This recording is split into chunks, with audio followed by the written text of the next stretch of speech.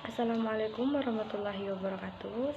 Perkenalkan, saya Bina Listiana. Saya perwakilan dari kelompok 7 yang akan menjelaskan materi tentang Microsoft PowerPoint.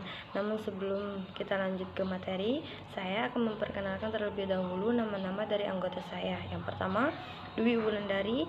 Yang kedua, Gede Dedi Saputra. Dan yang ketiga, saya sendiri, Bina Listiana.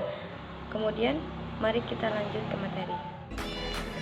Microsoft PowerPoint. Pengertian dari Microsoft PowerPoint atau bisa disingkat PPT adalah salah satu aplikasi milik Microsoft yang bisa digunakan dalam presentasi, entah itu presentasi bisnis, materi pelajar, tugas kuliah, karya penelitian, ataupun lainnya.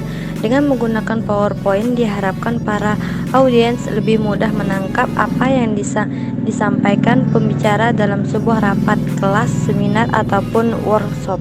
PowerPoint memiliki fitur yang membuat user dapat memasuk data dalam bentuk teks, gambar, video, maupun audio. Selain itu, PowerPoint juga dilengkapi fitur-fitur animasi yang dapat membuat slide atau tampilan materi lebih nyaman untuk dilihat.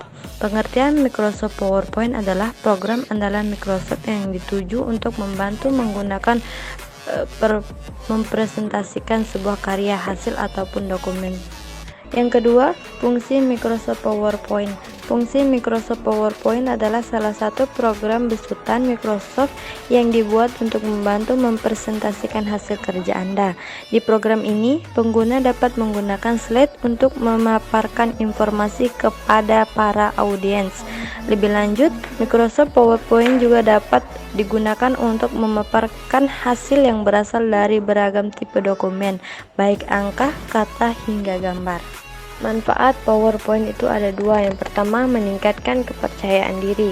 Seperti yang telah diketahui, fungsi utama dari program satu ini adalah untuk memaparkan sebuah dokumen atau hasil kerja melalui kumpulan slide. Dilansir dari laman resmi milik Office, PowerPoint memang dibuat untuk membuat kita lebih percaya diri, terutama dalam menjelaskan setiap hasil yang tertera pada slide yang ada. Hanya dengan menggunakan fitur Presenter View yang sudah ditanamkan pada PowerPoint versi 2016 dan terbaru, kita sudah bisa menguasai bahan yang akan disampaikan kepada audiens. Tidak hanya itu saja, fitur satu ini juga memudahkan kita untuk lebih fokus dengan informasi yang sudah terangkum di dalam slide tanpa audiens menggunakan tampilan hasil yang dilihat oleh audiens tersebut. Yang kedua, membantu mendesain slide menjadi lebih interaktif. Selain digunakan untuk menampilkan poin-poin yang penting, program satu ini rupanya juga membantu kita menampilkan hasil terbaik. Tidak hanya masukkan data berupa kata atau angka, Microsoft PowerPoint juga dilengkapi sebagai fitur yang menarik. Bahkan banyak fitur yang memperbolehkan menggunakan menambahkan gambar hingga infografik lainnya untuk membuat tampilan terlihat lebih atraktif. Selain itu, pengguna juga dapat menambahkan lagu hingga video pada slide.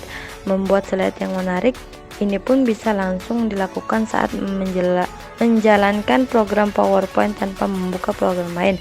Apabila program PowerPoint juga menawarkan beberapa template menarik yang bisa dipilih sesuai dengan keinginan kita. Yang ketiga, membuat audiens lebih fokus dengan informasi yang ditampilkan. Kendati slide pada PowerPoint hanya menampilkan poin-poin utama dari sebuah informasi, kita ternyata dapat membuat audiens lebih tertarik dan fokus dalam menerima informasi tersebut, apalagi dengan adanya beragam fitur. Pemaparan suatu informasi yang lengkap dengan gambar ataupun suara sudah terbukti dapat menaikkan minat atau fokus para audiens. Tidak heran jika hanya orang yang lebih memilih menggunakan PowerPoint untuk menyampaikan sejumlah informasi penting.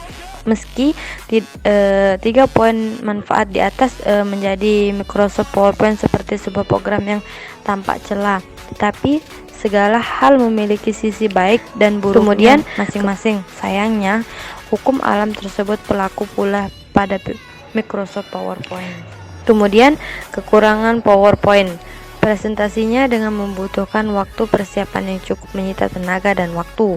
Tidak bisa digunakan oleh platform lain selain Microsoft versi PowerPoint yang satu tidak bisa mendukung versi yang lain, sehingga dokumen yang dibuat pada software versi lama tidak akan bisa menggunakan dengan sempurna pada software versi baru, atau sebaliknya, termasuk software yang berat dan membutuhkan perangkat komputer dengan spesifikasi hardware yang baik. Lisensinya berbayar, sehingga kita perlu mengalokasikan budget khusus untuk pengadaan dan pengembangan program ini, serta butuh kemampuan yang cukup untuk menjalankan program ini. Selanjutnya yaitu sejarah PowerPoint, yang dimana program yang kebanyakan digunakan untuk mempresentasikan sebuah dokumen ini ternyata merupakan program yang dikembangkan oleh Dennis Austin dan Thomas Rudkin. Keduanya merupakan pekerja dari Foxconn Inc. Mulanya, salah satu program unggulan Microsoft ini tidak diperkenalkan dengan nama Microsoft PowerPoint, melainkan Presenter. Namun karena terjadi masalah dengan mereka dagangan tersebut, akhirnya program ini menggunakan nama Microsoft PowerPoint. Penggantian nama ini dilakukan pada tahun 1987 atas saran Robert Gwynn. Rupa-rupanya inovasi dari dua orang tersebut berhasil menarik minat Microsoft untuk membeli perusahaan di mana Dennis dan Thomas bernaung. Dengan penggelontoran dana sebesar 14 juta, akhirnya Foxconn resmi dibeli oleh Microsoft dan menjadi salah satu unit bisnis grafisnya.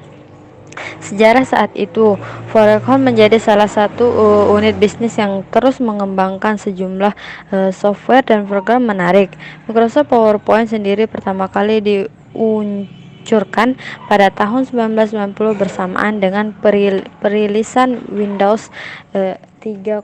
Pada saat itu, Microsoft PowerPoint belum secanggih dan semudah sekarang. Program satu ini hanya memiliki fitur untuk mengoperasikan ke slide berikutnya saja.